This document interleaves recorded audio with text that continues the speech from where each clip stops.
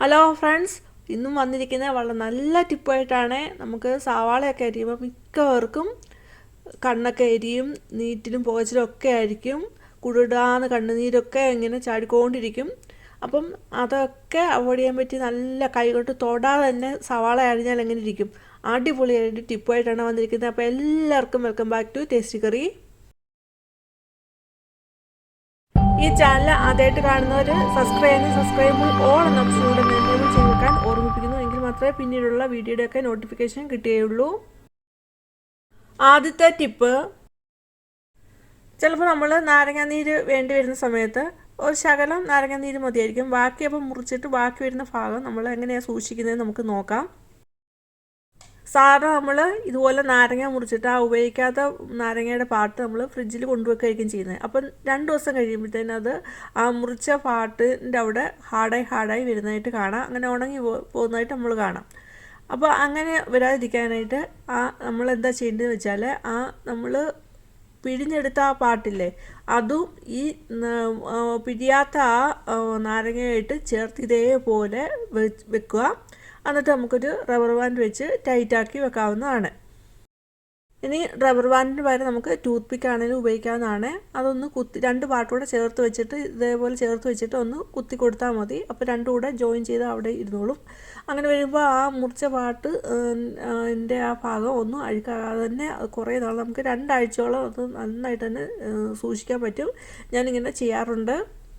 അപ്പോൾ നിങ്ങൾക്കിത് യൂസ്ഫുൾ ആണെങ്കിൽ ഒരു ലൈക്ക് തരിക. അതുപോലെ നിങ്ങൾ ഇതുപോലെ മുറിച്ചിട്ട് ബാക്കി വരുന്ന നാരങ്ങ എങ്ങനെയാണ് സൂക്ഷിക്കുന്നതെന്ന് കമൻറ്റ് ചെയ്യാനും മറക്കരുത്.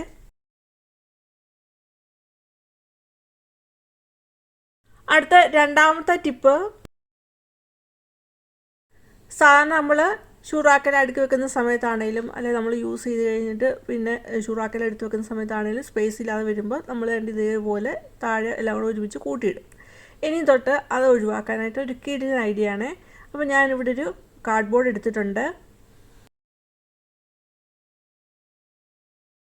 ഈ ചാനലിൽ ഇതുപോലുള്ള ടിപ്സും റെസിപ്പീസും ഒക്കെയാണ് ഉൾപ്പെടുത്തിയിരിക്കുന്നത്. അതൊക്കെ നിങ്ങൾക്ക് കയറി കാണാവുന്നതാണ്. ആ കാർഡ്ബോർഡ് കുറച്ച് നീളത്തിൽ ഉള്ളതായതുകൊണ്ട് എക്സാക്റ്റ് ഹാഫ് ആക്കി എടുക്കുന്നുണ്ട്.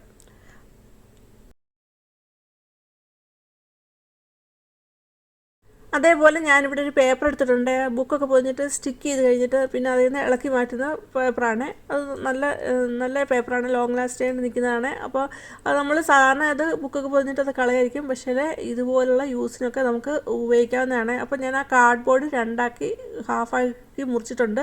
അതിലൊന്ന് ആ പേപ്പർ ഒന്ന് കവർ ചെയ്ത് കൊടുക്കുന്നുണ്ട്. അപ്പോൾ സ്റ്റാപ്പിൾ പിൻ ഉപയോഗിച്ചാണ് അത് ഞാൻ ജോയിൻ ചെയ്ത് വെച്ചേക്കുന്നത്.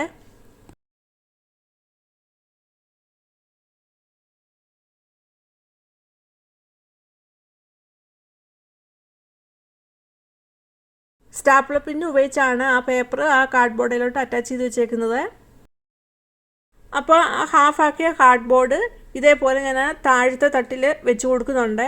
അങ്ങനെ വെച്ച് കൊടുക്കുമ്പോൾ അതൊരു സ്റ്റെപ്പായിട്ട് നിൽക്കും. ആ കാർഡ്ബോർഡിൻ്റെ പുറത്ത് നമുക്ക് വെക്കാനുള്ള ഷൂ ഒക്കെ വെക്കാവുന്നതാണ്. അപ്പോൾ അവിടെ നീറ്റായിട്ടിരിക്കുകയും ചെയ്യും. നമുക്ക് ഈസിയായിട്ട് എടുക്കാനും പറ്റും. അത് താഴെ വീണ് പോകത്തുമില്ല.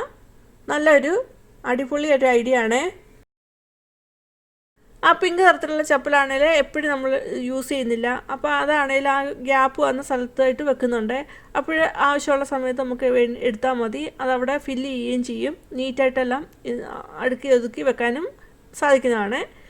എന്നിട്ട് ബാക്കിയൊരു ഷൂ ഉണ്ട്, അത് വെളിയിലായിട്ട് ആ ഷൂ റാക്കിൻ്റെ സൈഡിലായിട്ട് വെക്കുന്നുണ്ട്. ഈ ഐഡിയ ഇഷ്ടമായെങ്കിൽ ഒരു ലൈക്ക് തരണേ. അടുത്ത മൂന്നാമത്തെ ടിപ്പ്,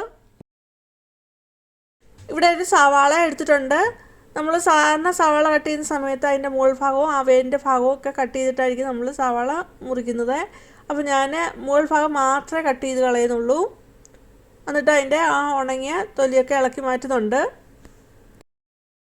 ഇങ്ങനെ നമ്മൾ സവാളയുടെ തൊലി ഇളക്കുന്ന സമയത്ത് കൂടുതൽ സമയം എടുത്താണ് നമ്മൾ ആ തൊലി ഇളക്കി കളയുന്നത്. കണ്ണിൽ ഇറിറ്റേഷൻ, സവാളയൊക്കെ ഇതുപോലെ തൊലി ഇളക്കുന്ന സമയത്ത് ഇറിറ്റേഷനും എരിച്ചിലൊക്കെ ഉള്ളവർക്ക് ആണെങ്കിൽ നമുക്ക് ചെയ്യാൻ പറ്റിയ നല്ലൊരു മാർഗ്ഗമാണ്. ഇതുപോലെ ഐസ് വാട്ടർ എടുത്തിട്ട് അതിലേക്ക് സവാള ഒരു 5 മിനിറ്റ് ഇട്ട് വെക്കുക. അത് കഴിഞ്ഞിട്ട് നമുക്ക് കഴുകി എടുത്തിട്ട് നമുക്ക് അരിയാവുന്നതാണ്. അതുപോലെ ആ ഐസ് വാട്ടറിലേക്ക് നമുക്ക് 1 ടീസ്പൂണ് വിനീഗർ കൂടെ ഒഴിക്കാം. എന്നിട്ട് നമുക്ക് സവാള ഒരു 5 മിനിറ്റ് മുക്കി വെച്ചിട്ട് നമുക്ക് കഴുകി എടുക്കാവുന്നതാണ്. അങ്ങനെ എടുക്കുന്ന സമയത്ത് കണ്ണിലെ ഇറിറ്റേഷൻ, നമ്മൾ സവാള അരിയുമ്പോൾ ഉള്ള ഇറിറ്റേഷനും എരിച്ചിലും ഒക്കെ മാറി കിട്ടുന്നതായിരിക്കും. ഇപ്പോൾ ഒരു സവാള എടുത്തിട്ടുണ്ട്, അതിൻ്റെ മുകൾ ഭാഗം ഒന്ന് വെട്ടി കളയുന്നു. അത് കഴിഞ്ഞിട്ട് ആ സവാള നടുകെ 2ആക്കി മുറിക്കുന്നുണ്ട്. എന്നിട്ട് നമ്മൾ തൊലി ഇളക്കാൻ ശ്രമിക്കുകയാണെങ്കിൽ പെട്ടെന്ന് ആ സവാളയുടെ തൊലി ഇളകുന്നതായിരിക്കും. നമുക്ക് അധികം സമയമൊന്നും എടുക്കത്തില്ല, പെട്ടെന്ന് തന്നെ അത് ഇളകി പോകുന്നതായിരിക്കും. മറ്റേ അല്ലാതെ നമ്മൾ സവാളയുടെ തൊലി ഇളക്കുന്ന സമയത്ത് നമുക്ക് കുറേ സമയം എടുത്താണെങ്കിൽ ആ സവാളയുടെ തൊലി ഇളക്കുന്നത്. അപ്പോൾ രാവിലെ കുട്ടികളെയൊക്കെ ടിഫിനൊക്കെ കിട്ടുന്ന സമയത്തൊക്കെ നമുക്ക് പെട്ടെന്ന് ചെയ്യാൻ പറ്റിയ നല്ലൊരു ടിപ്പ് തന്നെയാണിത്. ഇപ്പോഴ് സവാള ഒരു 5 മിനിറ്റ് തണുത്ത വെള്ളത്തിൽ ഇട്ടിട്ട് നന്നായിട്ട് കഴുകിയെടുത്ത് വന്നിട്ടുണ്ട്. ഇനി നമുക്ക് കൈ കൊണ്ട് തൊടാതെ തന്നെ എങ്ങനെ സവാള അരിയാമെന്ന് നോക്കാം. ഒരു ഫോർക്ക് എടുത്തിട്ടുണ്ട്. ആ ഫോർക്ക് സവാളയുടെ ആ ചുവട് ഭാഗത്തായിട്ട് കുത്തി കൊടുക്കുന്നുണ്ട്. എന്നിട്ട് നമുക്ക് കട്ടിംഗ് ബോർഡെ വെച്ച് ഈ സവാള നമുക്ക് നൈസായിട്ട് സവാള കൈകൊണ്ട് തൊടാതെ തന്നെ അരിഞ്ഞെടുക്കാവുന്നതാണ്. നല്ല നീറ്റായിട്ട് തന്നെ അരിഞ്ഞെടുക്കാവുന്നതാണ്.